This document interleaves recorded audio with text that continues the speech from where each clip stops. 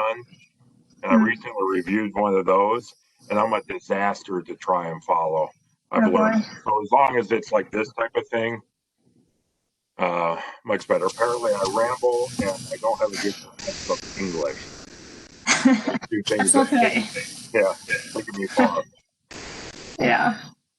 I think the main purpose of these interviews are for the STAD department to kind of highlight what some of the alumni are doing and like to promote the department. So it doesn't have to be perfect, but yeah, it's an idea.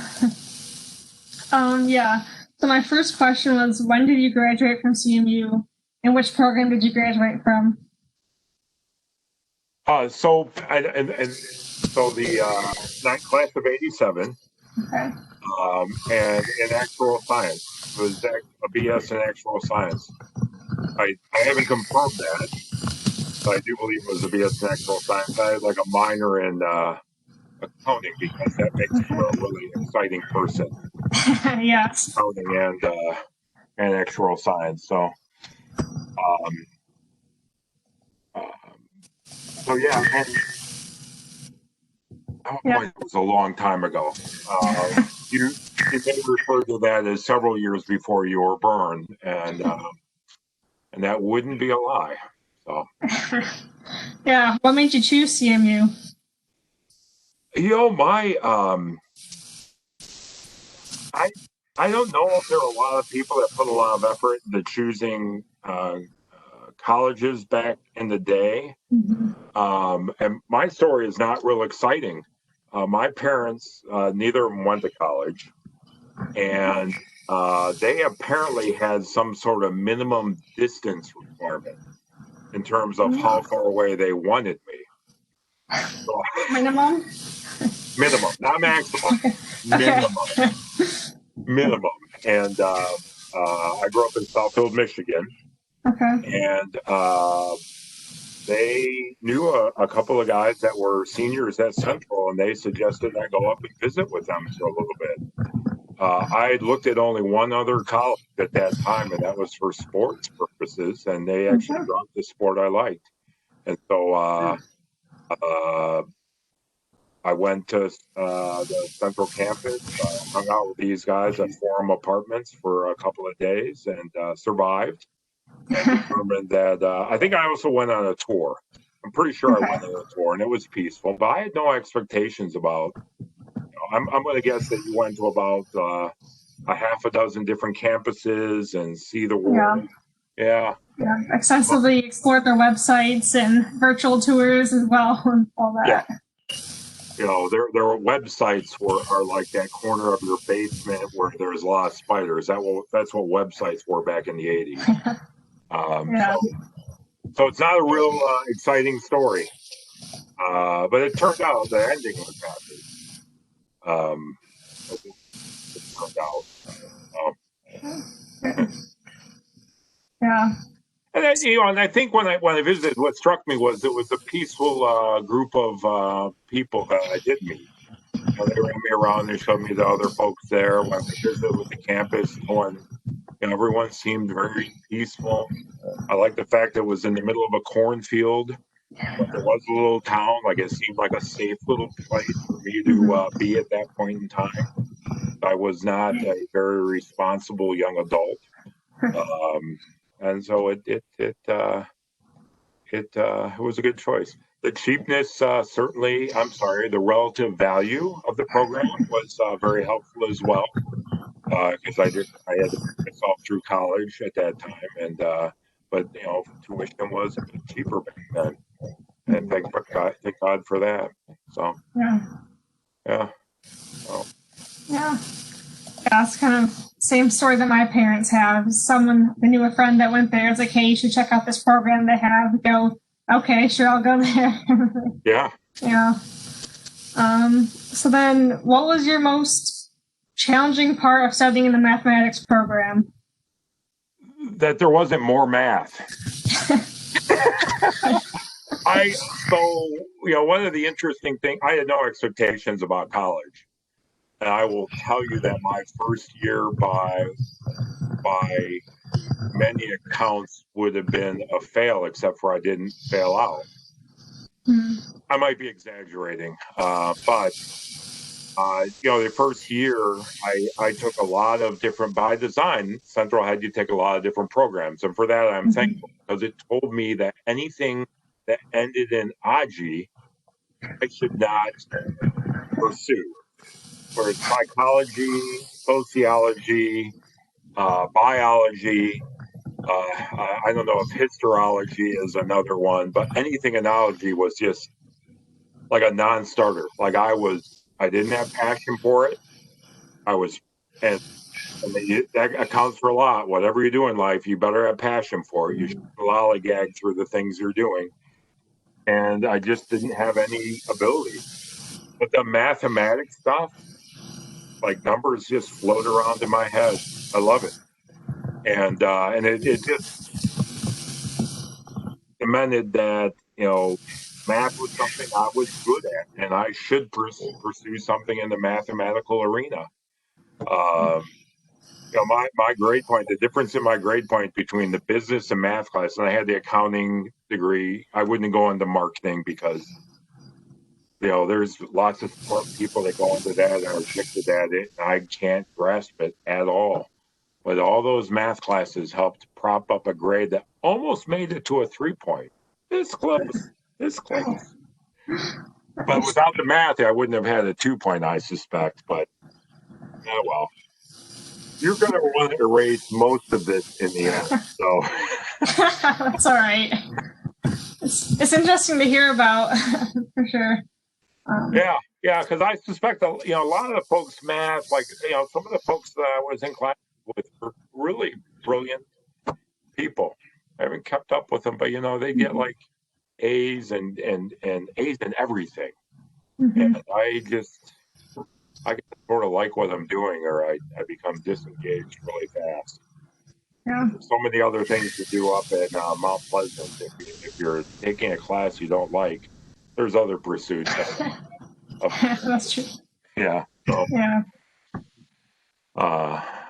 But fortunately, there were a lot of math classes, and I found out about accounting my sophomore year, and finance classes, and it just turned out like anything that had a lot of math in it just was wonderful. Yeah. Awesome. Yeah. So how did your educational experience at CMU shape your life?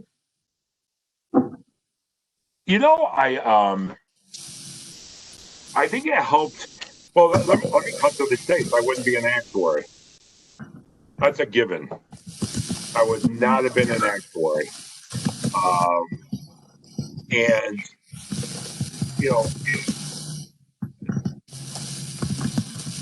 and I did not go to Central to be an actuary. In fact, the program did not exist when I went to Central. Wow. I was wondering about that because it's been around for a while, but I mean, actuarial science programs still aren't all that common. So. That's right. Yeah, and I think back in the day, a lot of the actuaries, when I first got into the profession, a lot of the actuaries were from programs like University of Michigan, Drake, I think was another one that was relatively common, but a lot, particularly, I started my career working in Metro Detroit. They were all University of Michigan because that's where the program was at. So it was a blessing that Central started the program. It was a blessing that the mathematics program spoke to me at Central too, because I can name off all the professors I had in math, and I'm ashamed to say I cannot think of a single non-math professor that I had. I will think of one. There was a good finance professor that I can't think of the person's name right now, and Neurath for tax accounting. For some reason, I remember him, but that's Professor Lakey, and I had Professor Lee, like right at the beginning of his career, 585 analysis of variance, and they all these professors, when they would talk, it just sung to me. But I would not become an expert by any sense. I remember 2 years into it, figuring out that I was really good at math and accounting and all that stuff, and I decided for giggles to go in and see an advisor. back there at the time, like there were paper books telling you what the programs were, and you'd have to meet with an advisor instead of doing this type of stuff. So I went to see the advisor, and Shuping Hodgson, Professor Hodgson, passed sadly. And she said, well, this is what you need. And back then, and I'm going to find the piece of paper, but it was a piece of paper that she handed me. And it could have been from the books that we had back in the time, but someone mimeographed it. And she handed it to me, and she said, well, we have math. And with that, this is what you could do. I remember teaching, and I remember thinking, background checks may be a problem. I'm half kidding about that. Statistics, and she talked a little bit about that, and she literally flipped the page over and said that we were starting this actuarial science program at the Central Michigan University. And I'm like, really? And I said, well, what does that entail? And I'm pretty sure this is the spring of '85. And I looked at it, and I brought it back to my dorm room in Herrig, and I literally checked off about 2/3 of the requirements at the end of my sophomore year. And at that point you think, well, this is destiny. I mean, if I don't get pursue this degree, I'd have to be silly. So I just kept that piece of paper, and every time I'd go to Finch Field House to register, because it was all in person then, and you'd have to avoid all the dinosaurs when you'd run to Finch Fieldhouse, because they existed back when I was in school. I would just check out the next classes that I needed for the actuarial science program. Not a lot of thought going on in this brain 35 years ago. It was just like, here is a task, work your way through it. You're still succeeding, and keep going along. Wow. And I enjoyed the classes. So that was spring of '85, fall of '85. I met my future wife, and I still remember her saying, "Well, you'd be silly not to pursue this.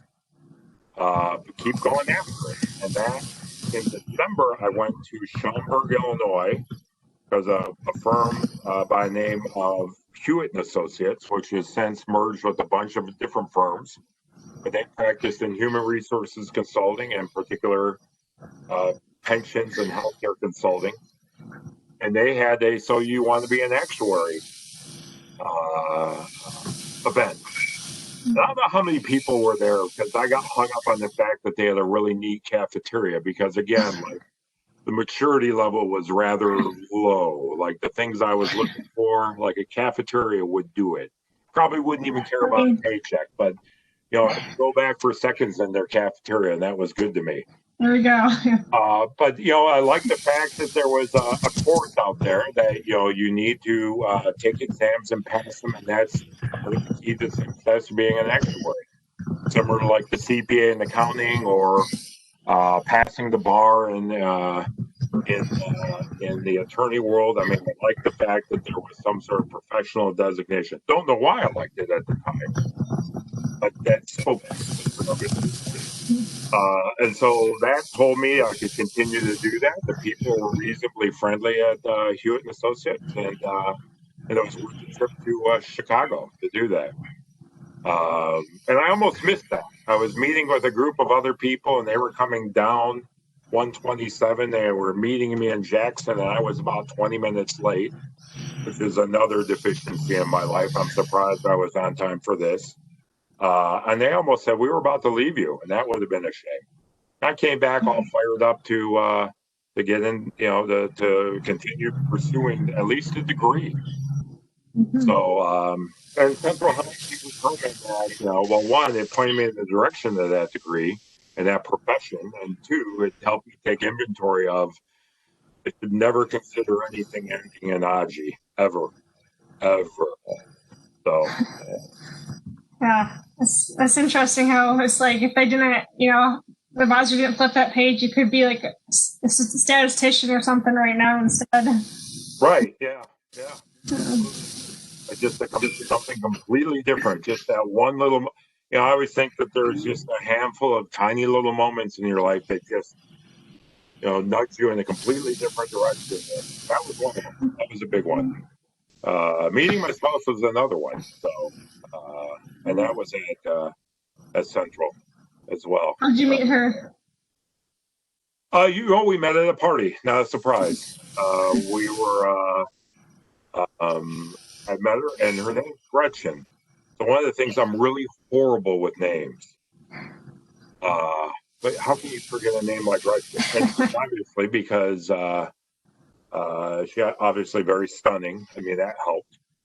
But the name really helped me, and I just remember thinking, this is a very beautiful woman, and I can remember her name, and we picked it up from there. Yeah, it was again a wonderful event, and that was almost, we're a couple days away from 35 years ago we met. Awesome. Yeah. Good time. It's a great story. Yeah. And that's sort of that's a nice element, is we have that shared Central Michigan experience that we always can go back to. Now, she will say I wax nostalgic about it too much, and I can't disagree with her. Yeah. But it's good stuff.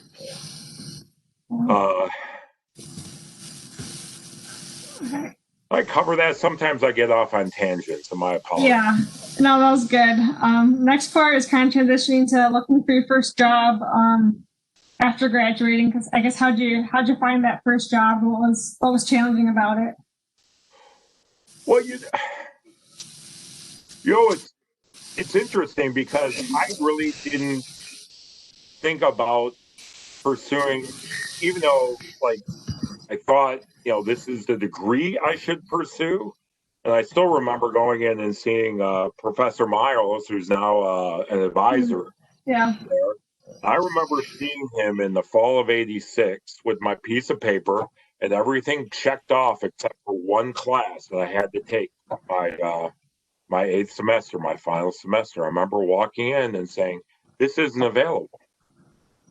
And he looked at me like sort of crazed. I had him for no classes, but I did. But he was the advisor. It was listed on some piece of paper. This is the person you need to go see an advisor. And I said, the class isn't available. And he looked at me and he said, and I don't know the exact quote, but it was something along the lines of, "We didn't think we'd have one of you for a couple of years." And by one of you, like a graduate from the program. Wow. But I was so far along when I got the piece of paper from Professor Hudson that I was like, "You couldn't pass it." And so he was like, "Yeah, that class is not available. So the class isn't available. This one's fine." I was thankful for that. And then he said, "And by the way, you haven't taken freshman English, or you need to have 4 hours of phys ed." I'm like, "No? On freshman English, I was pretty sure I needed that, but I like to tell people, I got a 36 on both English and math, which I know is astonishing, right? Yeah. But the 36 on math was in the ACT, and the 36 in English was on the SAT. So I avoided the English at all costs. But yeah, I ended up taking bowling and leisure pursuits and golf to graduate, and then some wonderful math class. So once I got the degree in the May of '87, I went back to my summer. Was managing an ice cream warehouse, and I was fully anticipating continuing to do that. But that's what I knew. I never worked in an office environment. But the most fortunate relationship I forged in Mount Pleasant was with my future wife Gretchen. He said, "I will not marry you if you're working in an ice cream. You force yourself to be an actuary. Go and do that." And so I started interviewing, and it took a long time, and I'm not sure why. But that was probably the most challenging part, was I had no office experience, no professional experience, no internship. And so it was a function of having someone take a lot of interview.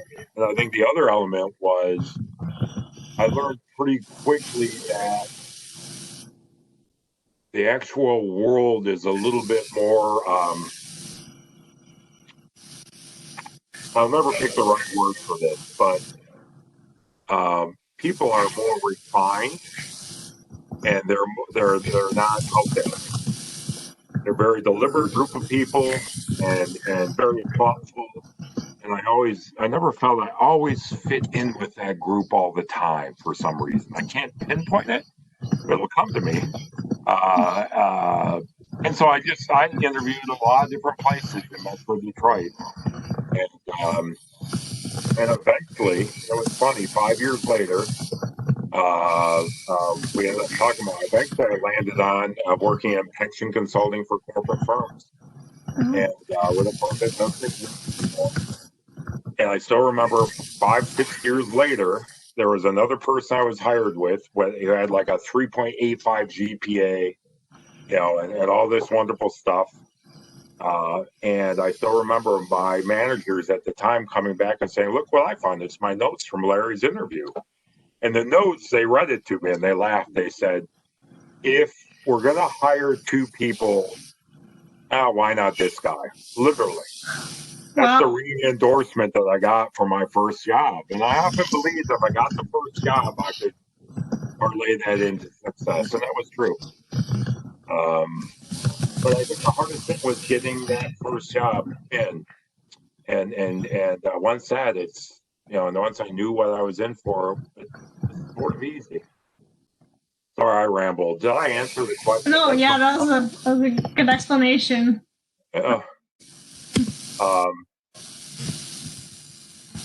Yeah, then what different career choices have you made since that first actuarial or consulting job? So I have what I refer to as a 10-year itch, and maybe it's a number thing that I get all focused on. But my first job in high school, I started in 1977. I got out of Central in 1987, but didn't start a real job until 1989. 1997, I switched jobs. Just, at the end of 2007, I decided I was going to make another leave, and then in the middle of 2017, so anything ending in 7, I freaked out. This time it's retirement when I get to 27, but who knows? And I've made career changes almost every decade, but they're not career changes. They were, my first switch was from corporate actuarial work to public sector actuarial. And so what was the difference? In my first job, I was responsible for developing numbers that other people would review as part of a team, telling sponsors of corporate pension plans how much money they need to put into the plan. So you'd make use of actuarial models to take, here's my participant data, and here's the benefit provisions, and using these models, I can project out what type of benefits will be paid, and then project out how much money needs to go in that when combined with interest, it'll pay for these benefits. And I did that for the first almost 9 years of my career working for corporate plans. And that was an interesting realm because you never saw the people that worked in the funds.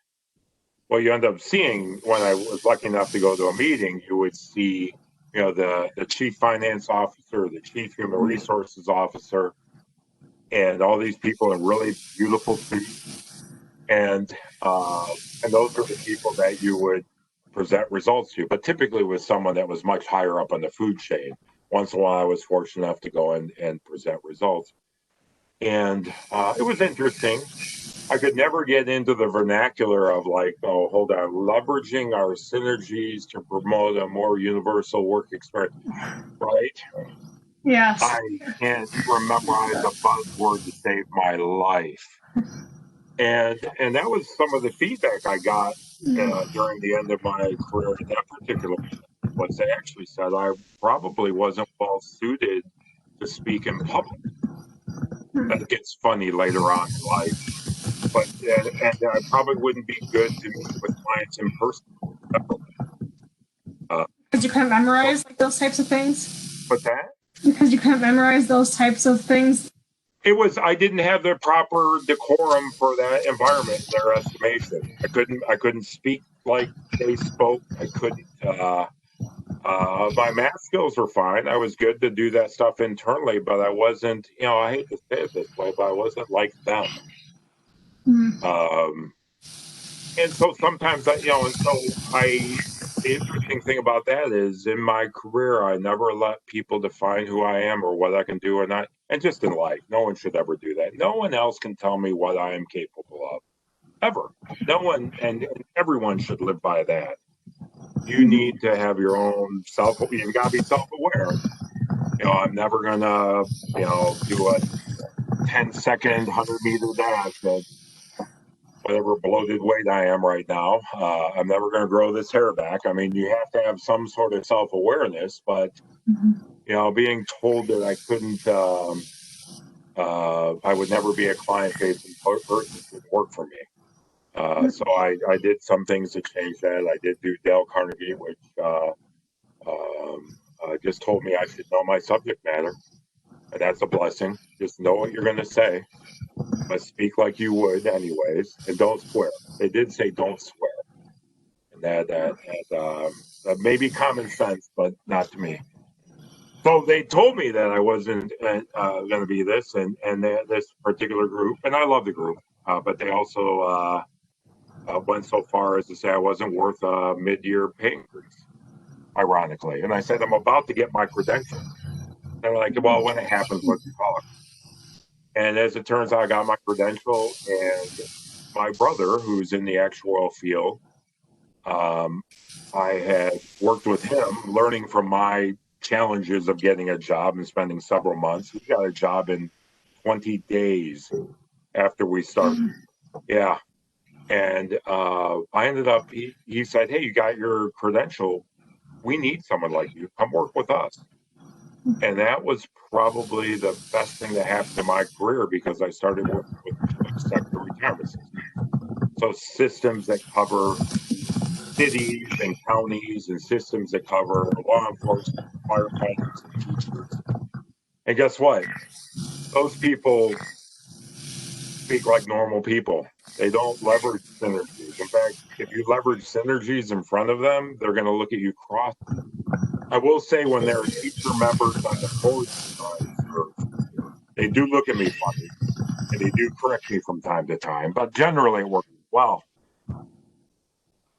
The best career move I made. So I started working with public sector retirement systems, doing the same job, telling public sector systems how much money they need to contribute so that the benefits are secure. But it was to a group of people where I could speak English. And that turned out to be such a blessing. And it's a group of people I could buy into as well. Because you're supporting people who have devoted themselves to public service. And that I could buy into a lot. There was something all-American about that to me that really helped me get more engaged in that part of my career. And so I've done public sector work for almost 25 years right now, working with different retirement systems. I have done it with 3 different employers over the course of time. And it was always to do something to see if I could grow as an actuary, grow as a person, but also to see, if I could serve these retirement systems better with a different employer. If I saw, maybe this particular firm would allow me to do this particular service that I think is necessary to continue growing in this realm, I would pursue it. And that turned out really well. That might be the other piece of advice to folks is the actuarial realm is really small. There's 20,000 actuaries in the U.S., if I remember right, from reading something. In my realm of public sector actuarial work, we've tried to estimate it. Maybe there's 150 to 200 across the board. So you want to play nice in that sandbox because at some point you might be working with them. Maybe they join your firm, or you want them to join your firm, or you end up joining their firm. Play nice in the sandbox. That whole collaborative thing that serves me reasonably well. So the other thing, as I worked my way through my career, I have to say, I get a lot of support from my family and my spouse. So whenever I would approach one of these career changes, it should spend a lot of time talking with me, working through it, and getting her buy-in was important, and support. About 15 years ago, one of the things I found was, for some reason, I'm not bad at managing people, which is surprising to me since I don't like people. In jest, I raised my hand when I'm being facetious. But that ended up resulting in me moving to Chicago to lead a group of actuaries in Chicago with the firm under me. I had some success in South, and they're like, "Why don't you consider moving to Chicago?" And that was a nice move. I miss Michigan. Chicago's a nice town. I hope to get back to Michigan at some point in my life. But that was a pleasant surprise that I could actually manage people. And a lot of that has to do, people think of that as I was the boss, which never works. People fire managers all the time. I mean, I had to work at making sure that the team I led, I was supporting them. Teams don't look like this, they look like this. The boss is at the bottom supporting everyone else. If I can get 15 other people to be really good, that's much better than having just me being good and everyone else supporting me. That was a nice time in my life. But managing people is exhausting too. Worrying about supporting other people. You gotta have a lot of energy for that, and sometimes I run out of energy. Anyway,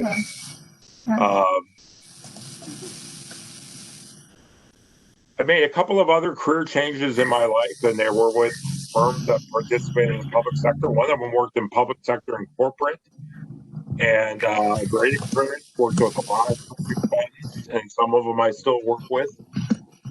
But I noticed that they spend a lot of time working with their core business, which seemed to be in the corporate world. And that gets into another thing, like whatever you do, you want to make sure that the firm you're working with is supportive of your core business. I'm never sure that you want to be an ancillary.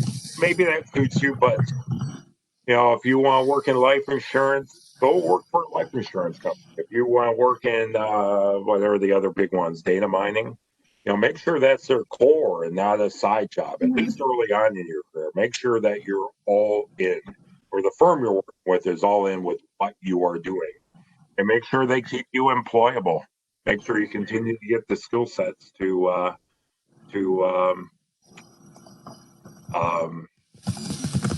you get the skill sets to further your career. And then another one odd with the actual word, you don't think about it, but we always think about numbers. I find like always looking for what will help my career out and firms that'll help. I can help them, they can help me. But in the end, I know we calculate stacks and stacks of numbers, but you have to be mindful that everything we do as actuaries somehow impacts people. So when I come in and I say, hey, congratulations, the markets are down, your contribution to the pension fund needs to be about 25% higher in the upcoming year,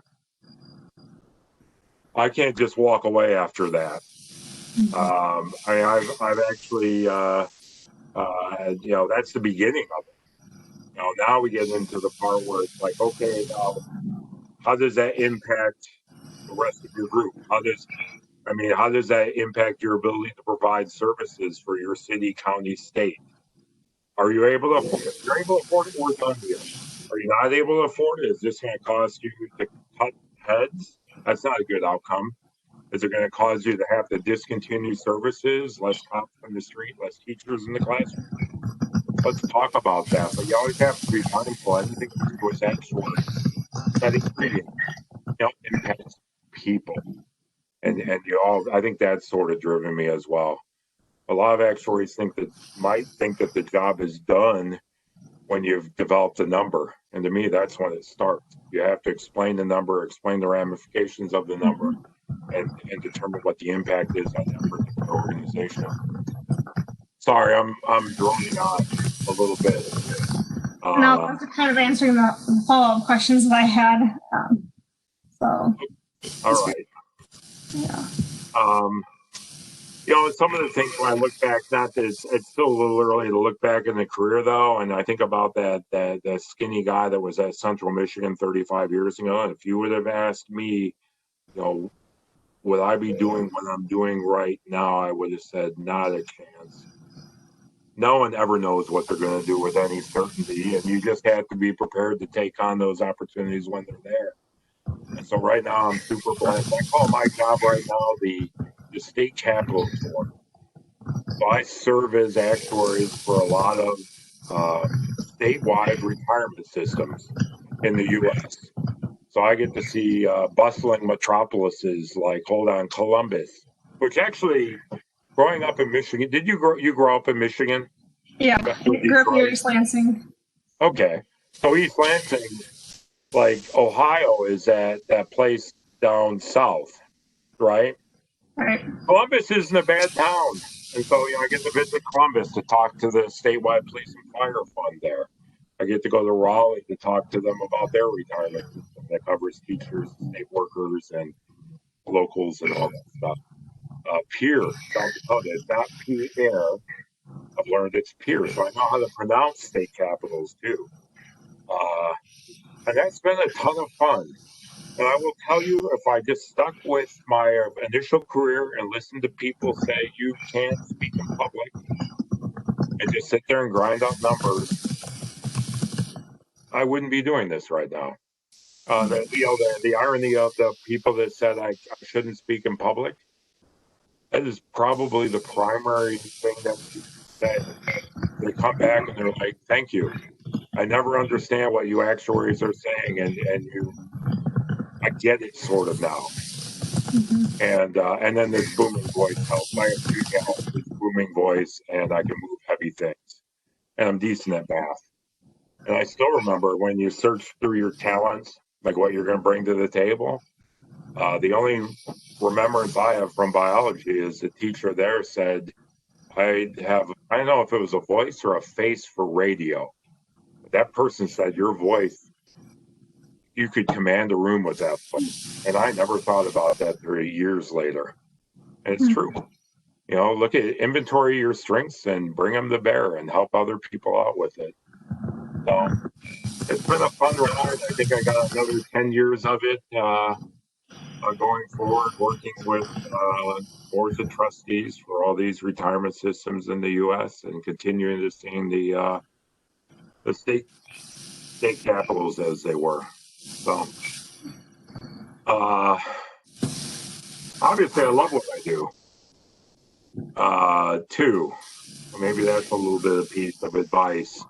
And we don't always get to do those jobs. You should try really hard to. I know it's sort of hard to believe, but my favorite thing, I can't curl up with a good book, a history book. Because as an actuary, we spend all our time trying to guess what's going to happen in the future. I hate guessing about a murder mystery. No. You know what? Give me a book where I know the ending, right? Yeah. I know how World War II is going to end. I'll read that book, right? Yeah. But I love a good spreadsheet instead of a good book. Yeah. That's carried me far. I still remember. I can't remember the room, but I think it was tucked somewhere in Groton. They had one computer lab with a bunch of IBM 286 machines and the big, they're probably in museums now, the 5 1/4 inch floppy disk. Oh, yeah. Might be able to hold a snapshot of this screen right now on it. That's how much memory they had. And doing spreadsheets on that back in the mid 80s. But I still love a good spreadsheet. Do what you love. Yeah, too. What are you planning on doing with this when you get out? Have you figured that out? I know you got like another year. Yeah, so I had my first internship last summer with Willis Towers Watson. That was in the Actuarial Service Center. And that was okay. It was very technical work. I think it was just kind of too monotonous for me, kind of the exact same things like in that department anyways, year after year with their systems. And they didn't support actuarial exams for that specific job. So I wanted something where, I would be able to progress with the exam track. So this summer I have an internship with Thrivent Financial. So life insurance and annuities. They're based in Minneapolis. So that's what I'm doing for the summer anyways. I'm not really sure about long term. I had 3 different internship offers I kind of got like all at the same time. So that was very stressful trying to figure that out. And honestly, I'm still not really sure if I made the right decision. So I had an offer at State Farm and then one at One America in Indianapolis. So yeah, I mean, who knows really? But... That, it's funny you bring up the monotonous piece. But it's good that you have that self-awareness though, and take an inventory of what you think, because I remember early on in my career at Towers, there was a really fantastic guy that came on like a year after I started. Gangbusters, brilliant, just brilliant. He picked up on things really fast. And back in the day, we didn't have email, so you had these little mail slots where they'd copy pieces of paper because we didn't like the environment back then, and they'd put all these papers in the mail slot. I pulled out, and it was a memo saying he had left. He's leaving. And I'm like, what are you doing? You're incredible at this. And I still remember his response. He said, I come in planning on doing A, B, and C, and I like that. I want to know what I am doing. And invariably, I'm doing X, Y, and Z. And he goes, the place I'm going to work with, I think it was an insurer, and I think it was some sort of program they were going to put together to help the underwriters or something like that, if I'm remembering right. He goes, they showed me the project plan for the next 9 months. I know what I'm going to be doing each and every day. Wow. And that makes me so everyone has their own picadillo of things they like to do. And for him, that was important. And I remember talking to a couple of insurers, and I couldn't. I mean, fortunate for me, they didn't offer me jobs, which is great. But I walked out and I'm like, I'm not even sure if they offered me a job, I would take it. Mm-hmm. But I never got to that crossroad. I still remember one consulting firm. They interviewed me and they asked me why I got a C-. It was my only poor math class in some sort of analysis class, and I didn't have the heart to tell them. It was an 8 o'clock class, Monday, Wednesday, Friday, and I may have had better things to do on Sunday, Tuesday, and Thursday night than to be ready for 8 o'clock classes. And I left, and I remember saying, I don't think I can work with people that care about what I did, in one class. Mm-hmm. But it's a fun time. It's a lot of angst. But here's the truth. You're probably not going to get it right at first. Mm-hmm. Yeah, that's the thing. I feel like I just have no idea like what day-to-day life would look like really in any career as an actuary, like any different sector. So, yeah.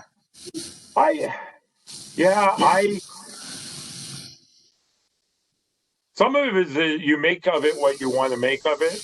There are folks where I work, there are people that pretty much can stick to I'm going to do ABC, and they actually can stick to it. And they position themselves their way. I could never do that. But it's hard to describe it. You know what? This is going to sound off-putting. I remember all the math, and I think Central prepared me wonderfully for passing exams.